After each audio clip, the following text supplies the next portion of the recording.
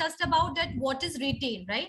So retailing and wholesale, retail and the retailers and the wholesalers are the mediators. वो कौन है? आपके mediators हैं जो कि आपकी supply chain में as a basically distributing members हैं, right?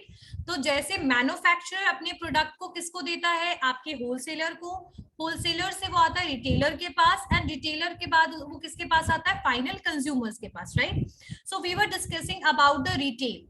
What is retail? What is retailing? Who are retailers? We already discussed about all these points. Let's move toward the characteristics. I guess characteristics are also completed. Yes, ma'am. Okay, so characteristics are completed. So let's move toward the importance. What is the importance of retailing in the economy? So basically retail जो store है वो आपके actual sales जो है, आपके जो customers finally product को purchase करते हैं, तो रिटेलर का बहुत बड़ा इसमें कंट्रीब्यूशन है, because of their words they are influencing the customers to purchase this product, that product, right? So for suggestion purpose it is very fine, right?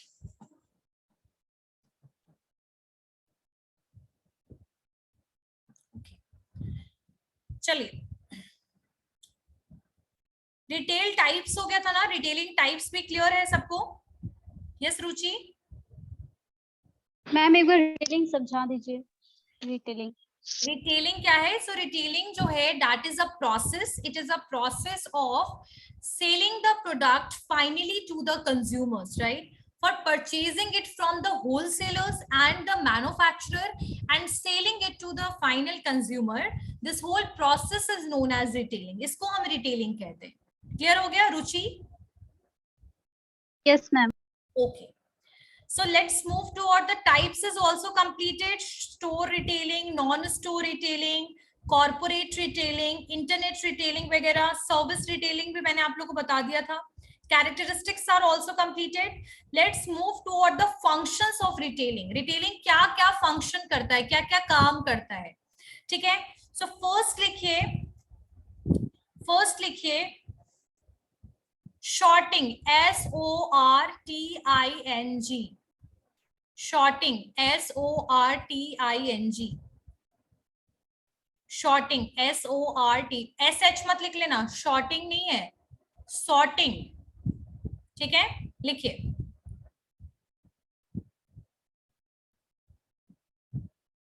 Shorting में लिखिए कि जो मैन्युफैक्चरर्स हैं दे प्रोड्यूस द लार्ज, इसमें लिखिए मत, सुनिए पहले इसको. मैन्युफैक्चरर जो है वो लार्ज क्वांटिटीज में प्रोडक्ट को बनाते हैं, मैन्युफैक्चर करते हैं, एक ही सिमिलर गुड्स को बनाते हैं. जैसे मान लीजिए कि अगर एक बॉटल की कंपनी है और बॉटल बना रही है तो सिर्फ वो बॉटल और प्लास्टिक के ही आइटम्स को बना रही होगी, राइट? सिमिलर टाइप के गुड्स होते हैं और वो अपने उन गुड्स को बेचते हैं होलसेलर को.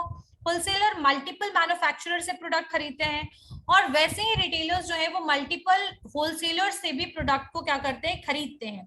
वो चूज करते हैं प्रोडक्ट के बीच में कि कौन सा प्रोडक्ट जो है उनके एरिया में सेल होगा या कौन से प्रोडक्ट का उनको कस्टमर इजीली मिल जाएगा. उस हिसाब से वो प्रोडक्ट को शॉर्ट आउट करते हैं और फिर वो फाइनली रिटेलर्स प्रोडक्ट मैन्युफैक्चरर और होलसेलर से खरीदते हैं और उसके बाद वो कस्टमर के नीड के हिसाब से इस चीज को देखते हैं. अब एग्जाम्पल में अगर आपके घर के आसपास कोई भी कन्वीनियंस स्टोर है जो कि बिस्किट, मिक्सचर ये सब चीजें सेल करता है, तो उसको पता होगा कि अगर वो चिप्स का एक ब्रांड बिक रहा है तो वो सबसे ज्यादा लेज बिक रहा है, सबसे ज्यादा अंकल चिप्स बिक रहा है, उसको ये बात पता होगा, राइट?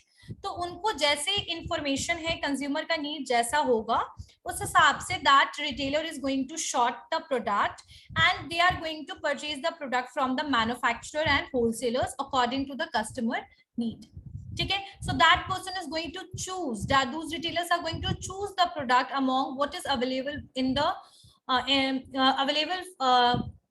इन मतलब मैन्युफैक्चरर के पास क्या अवेलेबल है और होलसेलर के पास क्या अवेलेबल है. उस हिसाब से वो प्रोडक्ट को चूज करके फाइनली कस्टमर के नीड के हिसाब से अपने गुड्स को असॉर्ट करेंगे, बैलेंस करेंगे, डिमांड को मेंटेन करेंगे. तो sorting is clear, SORTING, sorting is clear everyone? This word is this. Yes, ma'am. Yes ma'am. Okay, turn on your camera everyone. एक भी बच्चे का कैमरा टर्न ऑन नहीं है. Turn on your camera, every student. Okay. Okay, Nidhi, roll number 11. I just... Yes, ma'am. Okay. Next point is breaking bulk. Breaking bulk. तो आपका shorting clear हो गया. Breaking bulk का मतलब तो I guess this point is already clear that the manufacturers are making product in a very large quantity. Then they are going to sell it to the wholesaler in the small quantity. And then after wholesaler is selling it into a very small quantity to the retailers. And retailers are going to sell a 1 unit or 2 unit to the consumers. So there is a bulk. Bulk जो है वो क्या हो रहा है? Break होता चला जा रहा है आपका थोक जो है that is going to be break. And finally customer के पास स्मॉल क्वांटिटी में वो पहुंच रहा है ना. अब जैसे आप दुकान में जाते हो और अगर आपको एक पैकेट बिस्किट खरीदना है, एक पैकेट मिक्सचर खरीदना है, तो आपको शॉपकीपर ये थोड़ी कहता है कि 500 यूनिट खरीदो तभी दूंगा. ऐसा तो नहीं बोलते हैं ना. बोलते हैं क्या? नहीं. So it is possible because the retailers are selling it in a single या individual product, individual number of product से वो सेल करते. क्लियर है? अच्छा, मुझे ऐसा लग रहा है कि शायद बहुत सारे... Next one is channel of communication. So the first function of the retail is shorting. Second one is bulk break, bulk break या break bulk, breaking bulk. Third one is channel of communication. So retail जो है वो direct contact करता है end consumer से, end user से, और ये एक channel है communication का for the companies and the manufacturer. जो मैन्युफैक्चरर से they tries to communicate the advantage of the product as well as the offer discount through the retailers. यानी कि जो भी ऑफर, डिस्काउंट या कोई भी बेनिफिट प्रोडक्ट के साथ जुड़ा हुआ है, मैन्युफैक्चरर उसको कन्वे करते हैं मैसेज कई बार अपने रिटेलर को, और वो मैसेजेस वो पहुंचते हैं किसके पास? कंज्यूमर के पास. So it is a kind of channel of communication where the information is also in flows, which we already discussed, right? So next one is, and the retailer is the mediator who is working in between the wholesaler, manufacturer and the customer. Next one is the marketing. So retail stores जो हैं final channel है, final member है आपके product को cell करने के लिए. तो यहाँ पर वो मार्केटिंग भी करते हैं, अपने ब्रांड के बारे में भी बताएंगे वो आपको. स्मार्ट प्लेसमेंट, बैनर्स, एडवर्टीजमेंट वगैरह जो है ये तो मैन्युफैक्चरर करते ही करते हैं. साथ साथ में जो मैन्युफैक्चरर है they are also basically they are not able to promote all the time. तो वो अपनी तरफ से प्रमोशन करते हैं, लेकिन जो रिटेलर होते हैं वो भी आपके प्रोडक्ट को प्रमोट करते हैं by the convincing you, by influencing you, by their words, right? अब जैसे मान लीजिए कि आपको एक फोन खरीदना था और you already decided that you are going to purchase the mobile phone of Samsung, but when you go to the particular Aditya Vision store or either any of the electronics device store, mobile shop या किसी में भी जाते हो आप, so now they are saying कि if you want to purchase the Samsung mobile phone, you can purchase this model. ठीक है, आपको एक मॉडल सजेस्ट करते हैं कि ये आप खरीद लो, है ना? या कई बार आप देखना कि जो दूसरे कस्टमर एग्जीक्यूटिव होते हैं, जैसे आदित्य विजन में मल्टीपल ब्रांड्स होते हैं इलेक्ट्रॉनिक्स के, तो आपको वहां पर नोकिया वाले लोग भी मिल जाएंगे, आपको वहां पर सैमसंग भी मिल जाएगा, आपको वहां पर बाकी कंपनीज भी मिल जाएंगे, डेल, ये सब भी. ठीक है, तो यहाँ पर वही सिचुएशन है कि जो रिटेलर्स होते हैं they are promoting your product as well. ठीक है, so marketing can be done by the retailers. और रिटेलर्स जो है, जैसे कुछ रिटेलर हैं जैसे बिग बाजार वगैरह, जो रिटेलर्स हैं वो भी प्रमोशन का काम करते हैं. They are also promoting the product as well as the company name. जैसे बिग बाजार भी प्रमोशन का काम करता है ना? वो ऐसा तो नहीं कि बिग बाजार सिर्फ अपने ब्रांड का प्रोडक्ट बेचता है, नहीं, बहुत सारे कंपनी का ब्रांड बेचता है, बहुत सारे कंपनी के प्रोडक्ट बेचता है, but still they are doing the advertisement. So they are doing outside advertisement as well, and they are basically doing the inside promotion as well. In the store के अंदर भी वो प्रमोशन करते हैं, convince करके, बताकर, इंफॉर्मेशन देकर. Clear हो गई बात? समझ में आया सबको? Yes, ma'am. Clear? Okay. Yes, ma'am. So these are the functions of the retailing. So I guess this retailing part is already clear to all of you. That is clear? Okay. Yes, ma'am. Let's move toward the types of wholesalers and what is who are wholesalers. Wholesaler कौन होते हैं उसके बारे में हम देखते हैं.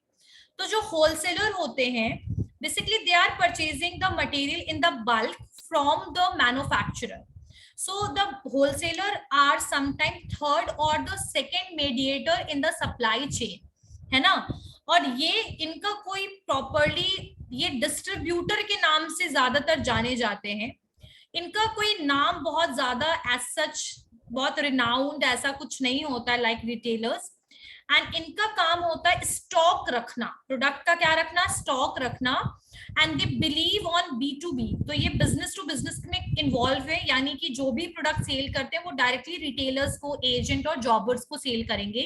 Consumer को ये सेल नहीं करते हैं प्रोडक्ट, है ना. लेकिन मैंने उस दिन बताया था exceptional cases there that some of the wholesalers are selling product to the customers, but when you are purchasing certain quantity of the product, like if you are purchasing a sari from the sari wholesaler, they are going to give the discount or the offered price or the low price when you are purchasing 12 in the quantity. 12 साड़ियां खरीदोगे एक जैसा, तब जाकर आपको वो क्या देंगे, तब जाकर के वो आपको ऑफर देंगे, right.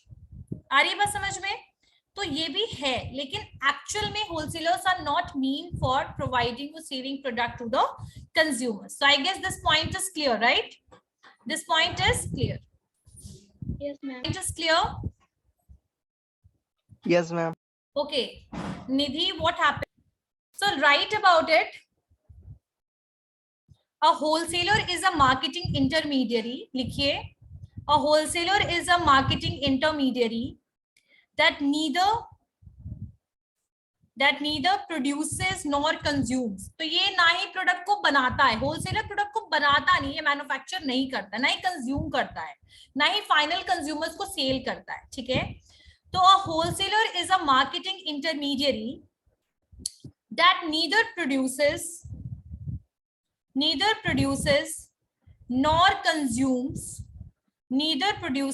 nor consumes the finished products, but instead sales to retailers. A wholesaler is a marketing intermediary that neither produces nor consumes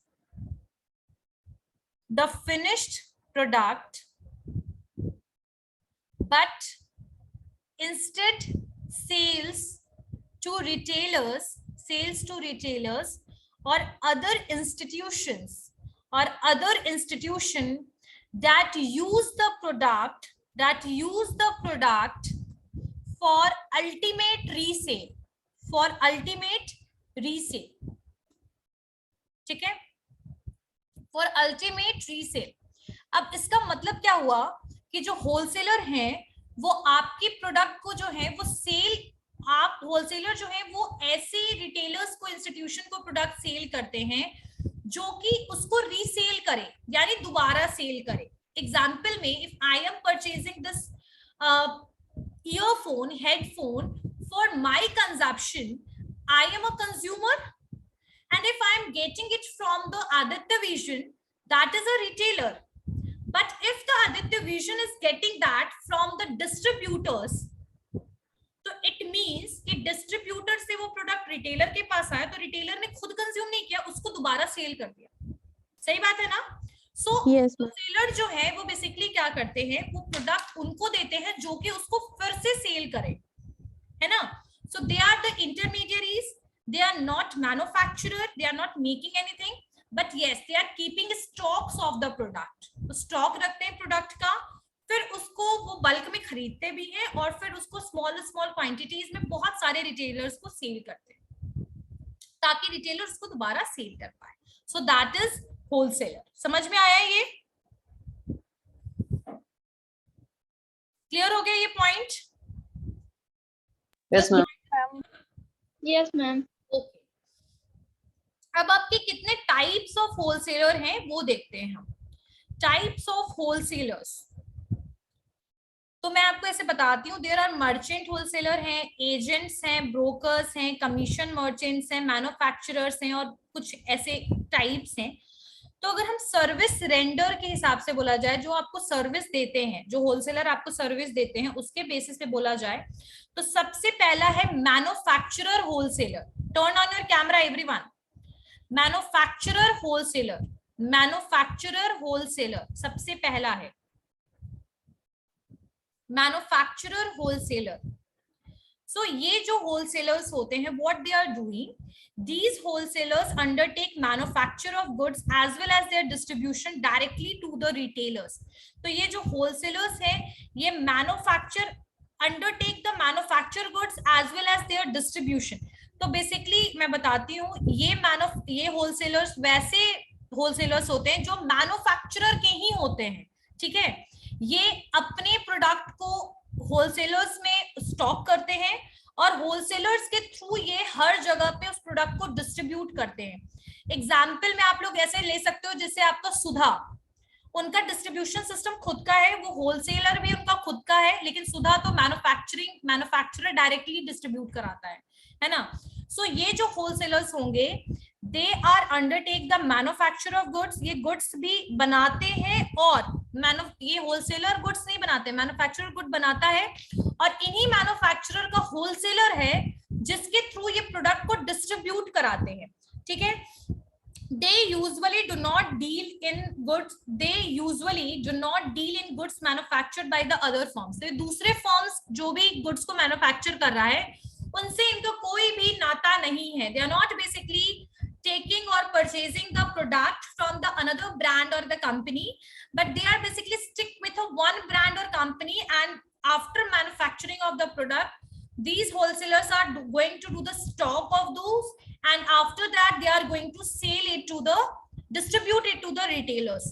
so ये concept समझ आया कि what basically they are doing। the wholesalers जो हैं, ये कौन से wholesaler होते हैं, जो मैन्युफैक्चरर के साथ जुड़े रहते हैं, मतलब मैन्युफैक्चरर के ही होते हैं एक तरीके से, किसी और ब्रांड में, किसी और कंपनी के साथ नहीं जुड़ते हैं, और ये सिर्फ और सिर्फ अपने उसी मैन्युफैक्चरिंग फर्म के प्रोडक्ट को डिस्ट्रीब्यूट करते हैं और सेल करते हैं रिटेलर को। आगे बस समझ में? Yes okay. सो यहाँ पर जो एक्टिविटीज चल रहा है मैन्युफैक्चरिंग का, डिस्ट्रीब्यूशन का, इसके लिए इनका थोड़ा कॉस्ट कम हो जाता है, क्योंकि जैसे मान लीजिए कि आपने मैन्युफैक्चरर ने पहले वो प्रोडक्ट को सेल किया होलसेलर को, अब होलसेलर उसको स्टॉक कर रहा है, रख रहा है, फिर उसको दे रहा है रिटेल, मतलब ये थोड़ा लॉन्ग टर्म है कन्वेंशनल वे। तो यहाँ पर आपने मैन्युफैक्चरिंग को बिल्कुल होलसेल के साथ कंबाइन कर दिया। अब आपको स्टॉक करने की जरूरत नहीं है, वो होलसेलर क्या करेगा, वो खुद से वहां से सामान उठाएगा, आप ही के मैन्युफैक्चर जहां हो रहा है फैक्ट्री से, वहीं से सामान उठाएगा और डिस्ट्रीब्यूट भी करता चला जाएगा। सो ट्रांसपोर्टेशन का कॉस्ट थोड़ा, ओवरहेड एक्सपेंस और वेयर हाउस का कॉस्ट थोड़ा सा आपका यहाँ सेव होता है, बचता है। समझ में आ गया?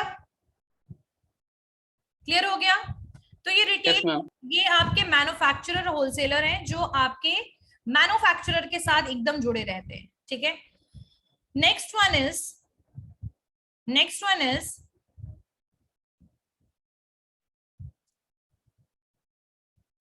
Retail wholesalers.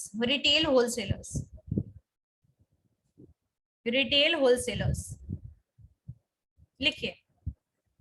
अभी रिटेल होलसेलर्स कौन होते हैं? तो रिटेल होलसेलर्स वो होते हैं जो beside selling the goods to the retailers also deal directly with the ultimate consumers. तो ये रिटेल होलसेलर्स होते हैं जिसके बारे में तुम लोग को बता रही थी।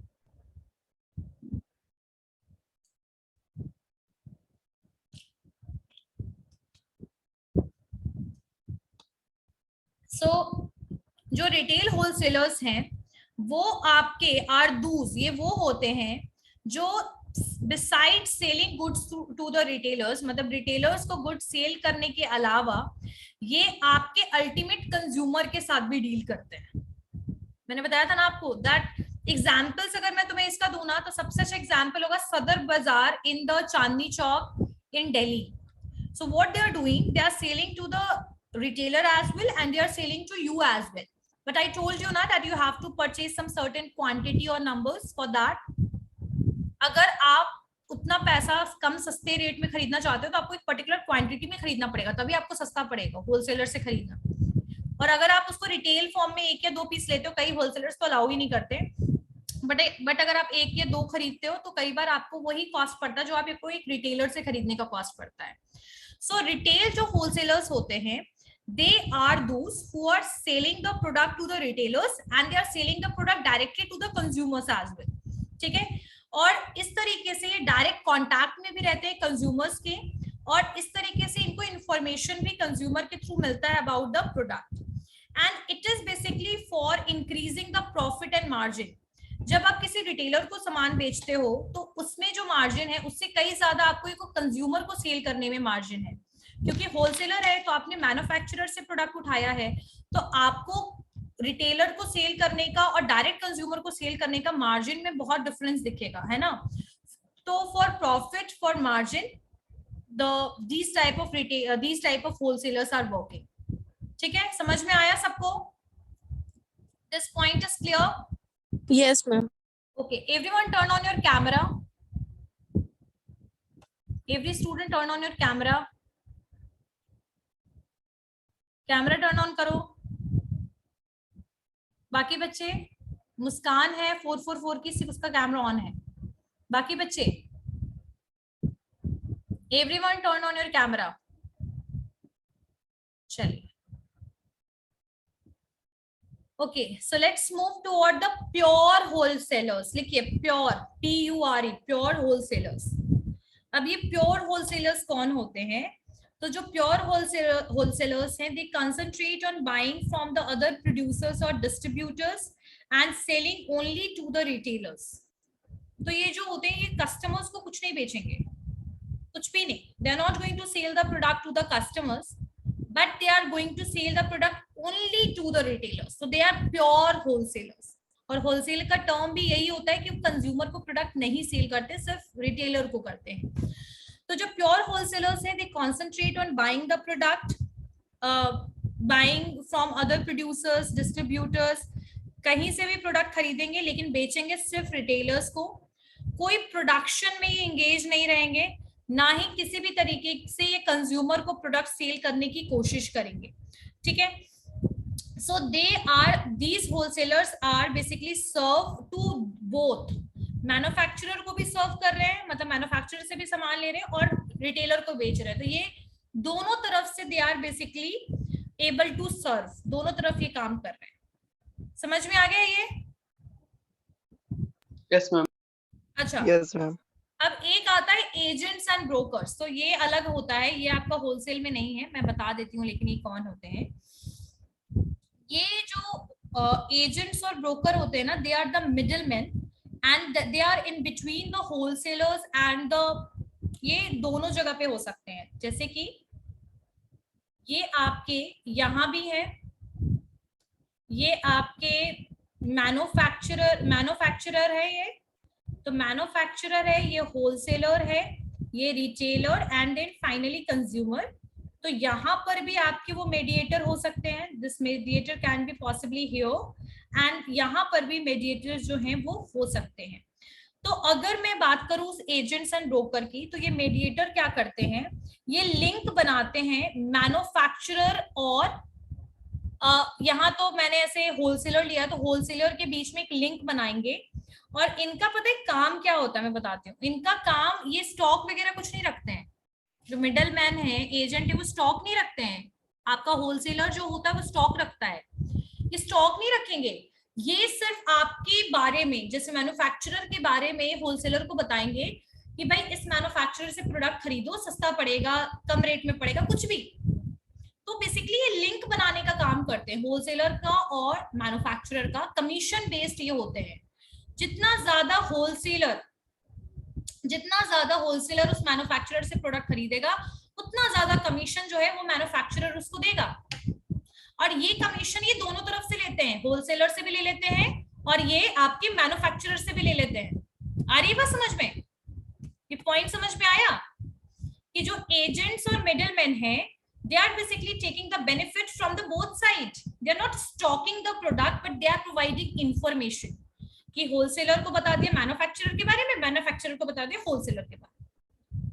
तो they are known as the agents और ब्रोकर, इसका नाम ही ब्रोकर है। जैसे कैसे शेयर बाजार में आप लोग का नाम ब्रोकर होता है, कुछ एजेंट्स को ब्रोकर हम कहते हैं, Yes. कमीशन बेस्ड होते हैं। तो same situation is here with the agents and broker. Clear हो गई बात, कमीशन के बेसिस पे। लेकिन कमीशन तभी बेस्ड हो, कमीशन तभी मिलता है जब वो काम पूरा होगा। जैसे अब ये होलसेलर्स है, कोई भी XYZ, अगर इसने यहां से खरीदा सामान तभी इसको मिलेगा पैसा, रुपीज, अदरवाइज नहीं मिलेगा। So work should be done, that is also very important. Clear हो गया? Yes, ma'am.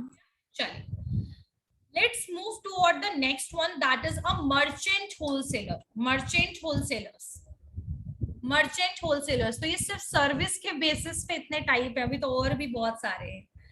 Merchant wholesalers, merchant wholesalers, so ये जो होलसेलर्स होते हैं, they undertake no business other than wholesale one. मतलब this type of wholesalers undertake no business other than the wholesale ones. They purchase goods produced by various manufacturers in bulk and sell them to the retailers. So the main work of these merchant wholesalers are, देखो ये जो merchant wholesalers होंगे वो कैसे काम करते हैं, let me show you.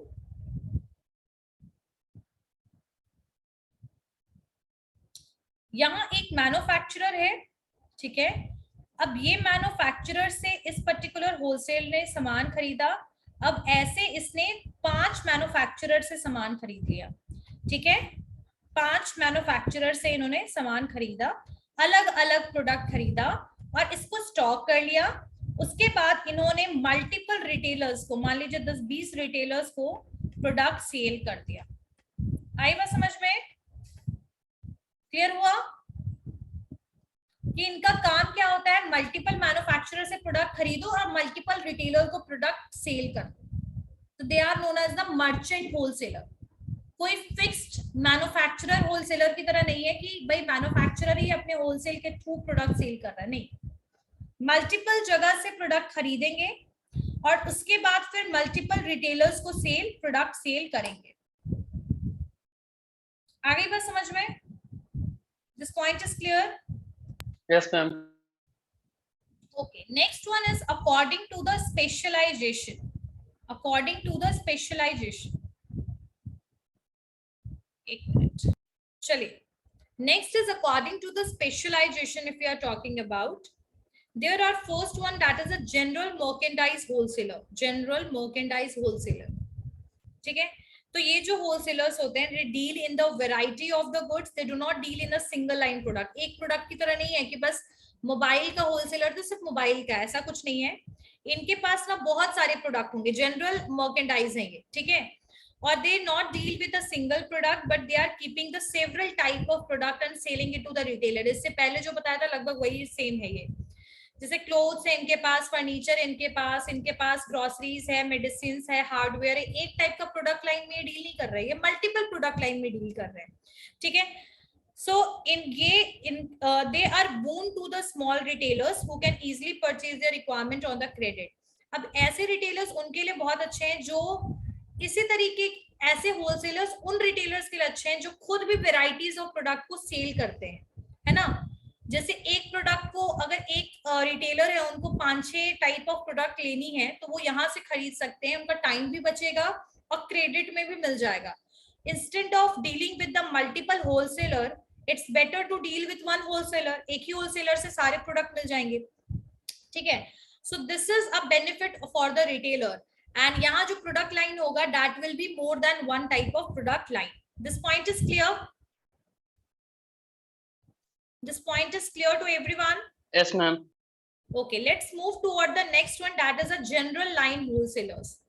General line wholesalers. अब ये जो wholesalers होते हैं, they do not deal with a variety of product. ये variety of product से deal नहीं करते, देखो specialization की basis पे बात हो रही है। So they are not dealing with the large number of the variety of product के साथ ये डील नहीं करेंगे। ये सिर्फ एक टाइप का ही प्रोडक्ट लाइन अगर चूज करें तो सिर्फ एक टाइप का ही प्रोडक्ट लाइन चलेगा।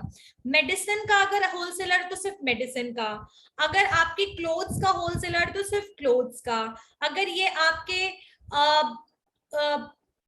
प्लास्टिक मटेरियल्स या प्लास्टिक प्रोडक्ट के अगर ये होलसेलर है तो सिर्फ प्लास्टिक प्रोडक्ट का, टेक्सटाइल का है तो सिर्फ टेक्सटाइल्स का, इलेक्ट्रिकल अप्लायंसेस का है तो सिर्फ इलेक्ट्रिकल अप्लायंसेस का। आई बात समझ में?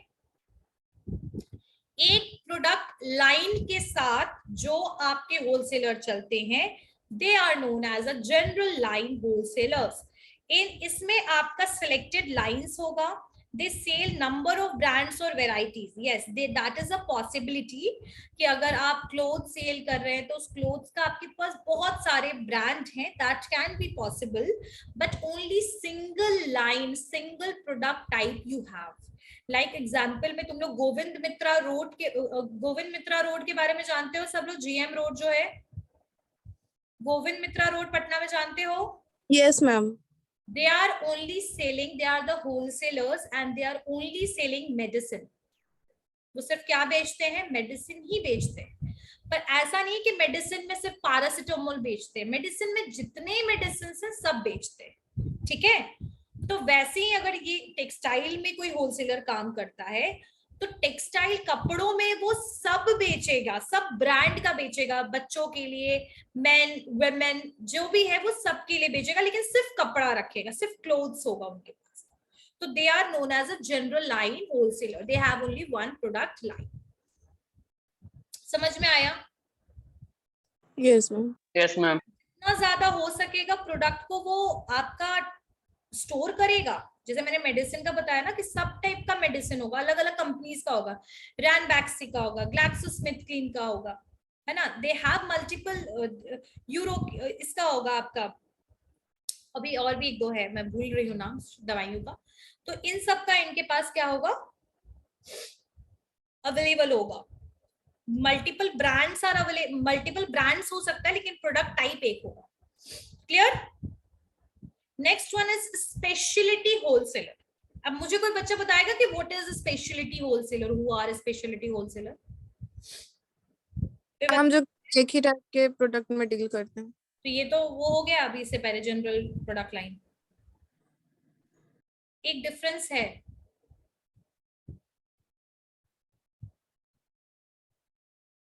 कोई बताएगा या मैं बताऊं? फिर बता ही देती हूँ फिर।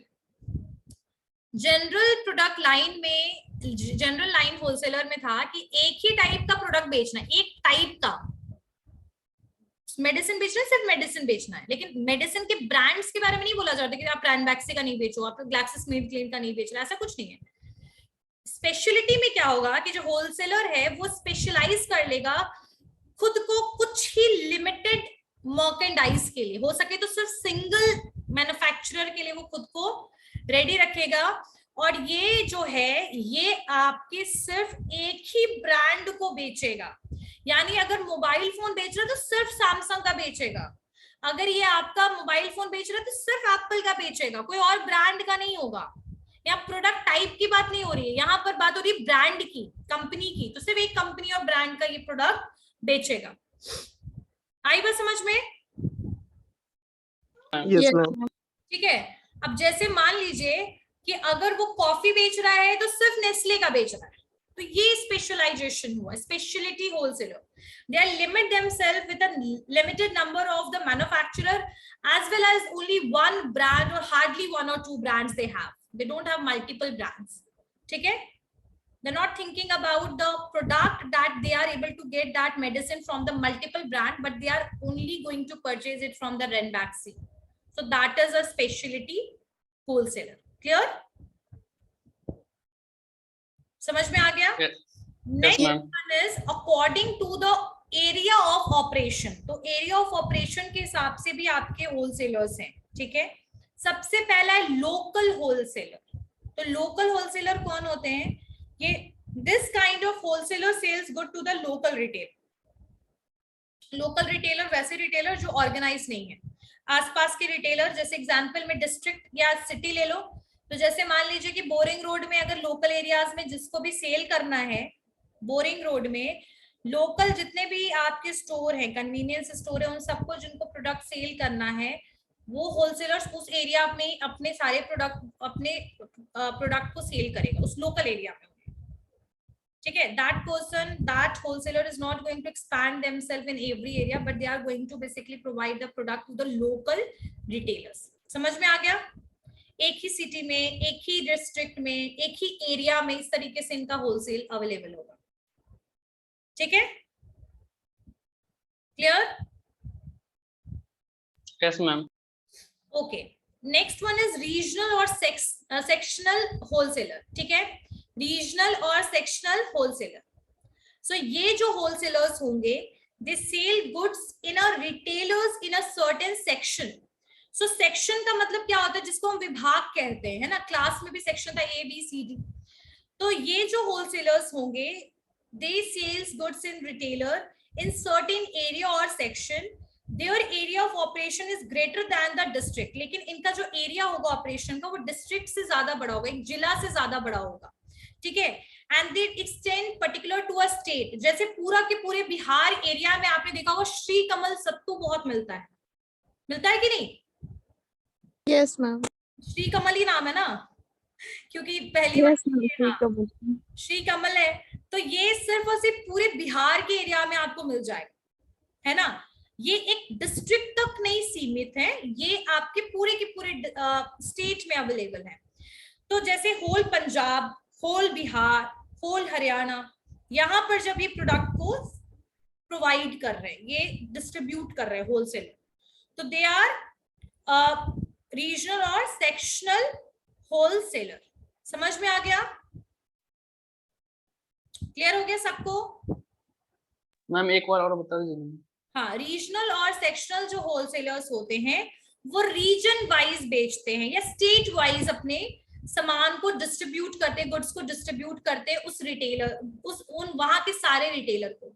जैसे एग्जाम्पल में तुम लोग देखो, जैसे मान लो आज तो खैर बिहार दिवस ही है, पर बिहार का मुझे मैप नहीं पता है, but just take it as example कि ये बिहार है, और इस बिहार में जितने भी आपके पूरे के पूरे जितने भी रिटेलर्स होंगे, उन सब को एक ही होलसेलर सामान जब देता है, तो ऐसे होलसेलर्स को एक ही होलसेलर जब डिस्ट्रीब्यूट करता है, तो ऐसे होलसेलर को रीजनल और सेक्शनल होलसेलर्स कहते हैं। समझ में आया?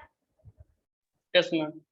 चलिए, next one is national wholesalers. National wholesalers, अब इनका जो नेटवर्क होता है, ये पूरी कंट्री में होता है, हर जगह पे सप्लाई करते हैं ये प्रोडक्ट को। ठीक है, और इनका हेड ऑफिस होता है, इनका वाइड रेंज होता है पहुंचाने का, इनका सिस्टम स्ट्रांग होता है, डिस्ट्रीब्यूशन इनका स्ट्रांग होता है, इनके पास मल्टीपल वेयर हाउसेस होते हैं, मल्टीपल ऑफिसेस होते हैं, रीजनल ऑफिसेस होते हैं, रीजनल वेयर हाउसेस होते हैं, और ये इनका जो कंट्रोलिंग होता है वो सेंट्रली होता है। नेशनल में पूरे एरियाज में वो डिस्ट्रीब्यूट करने का काम करते हैं। आगे बात समझ में? तो इनको कहते हैं नेशनल होलसेलर्स। अब बात करते हैं इंटरनेशनल होलसेलर्स की। तो ये वैसे इंटरनेशनल होलसेलर्स होते हैं जो कि इंपोर्ट और एक्सपोर्ट में, ट्रेडिंग में इंगेज होते हैं, और इनका जो काम होता है that is deal with the import trade और एक्सपोर्ट ट्रेड, ये इस पे डील करते हैं। और इनका जो ट्रेडिंग होता है, ये जो होलसेलिंग जो ये करते हैं, होलसेल का काम करते हैं, ये इंपोर्ट भी करा लेते हैं बाहर से, और ये यहाँ से बाहर के रिटेलर्स को प्रोडक्ट सेल भी करते हैं। यहाँ से इंडिया अगर होम कंट्री है, तो इंटरनेशनल कंट्री यूएस हो गया, तो यूएस में इंडिया से प्रोडक्ट को वहां के रिटेलर को जब आप सेल करते हो, तो ऐसे होलसेलर्स को इंटरनेशनल होलसेलर्स कहते हैं।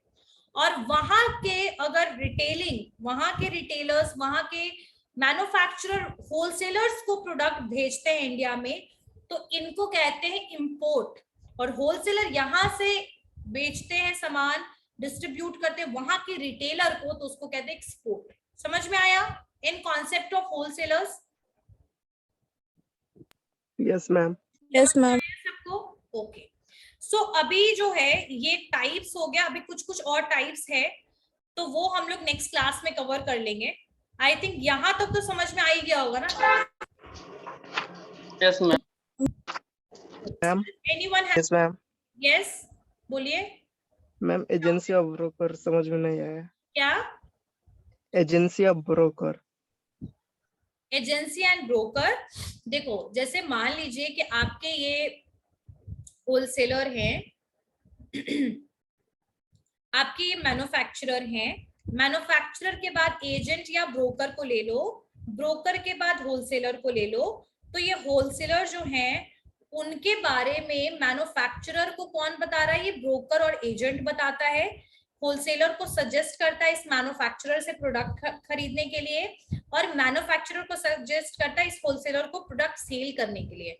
तो ये जो ब्रोकर्स होते हैं ना, ये सिर्फ इंफॉर्मेशन फ्लो करने का काम करते हैं, आपको एक लिंक बनाते हैं, आपको एक रिलेशनशिप बिल्ड कराते हैं। जैसे मैन्युफैक्चरर और होलसेलर के बीच में एक रिलेशनशिप बिल्ड करा दिया, और इसके थ्रू जो है ट्रांजैक्शन होता है। मैन्युफैक्चरर जो है पहले ब्रोकर से कांटेक्ट करेगा, फिर ब्रोकर जो है होलसेलर को देता है, लेकिन ये स्टॉक नहीं करेगा। डोंट थिंक कि ये कोई प्रोडक्ट स्टॉक करेगा, वेयर हाउस बनाएगा, नहीं, ये सिर्फ लिंक बनाएगा, इंफॉर्मेशन फ्लो करेगा, ताकि दोनों जगह होलसेलर को प्रोडक्ट मिले और मैन्युफैक्चरर को होलसेलर के थ्रू प्रोडक्ट सेल करने का मौका मिले। So this is the concept of the agents और ब्रोकर।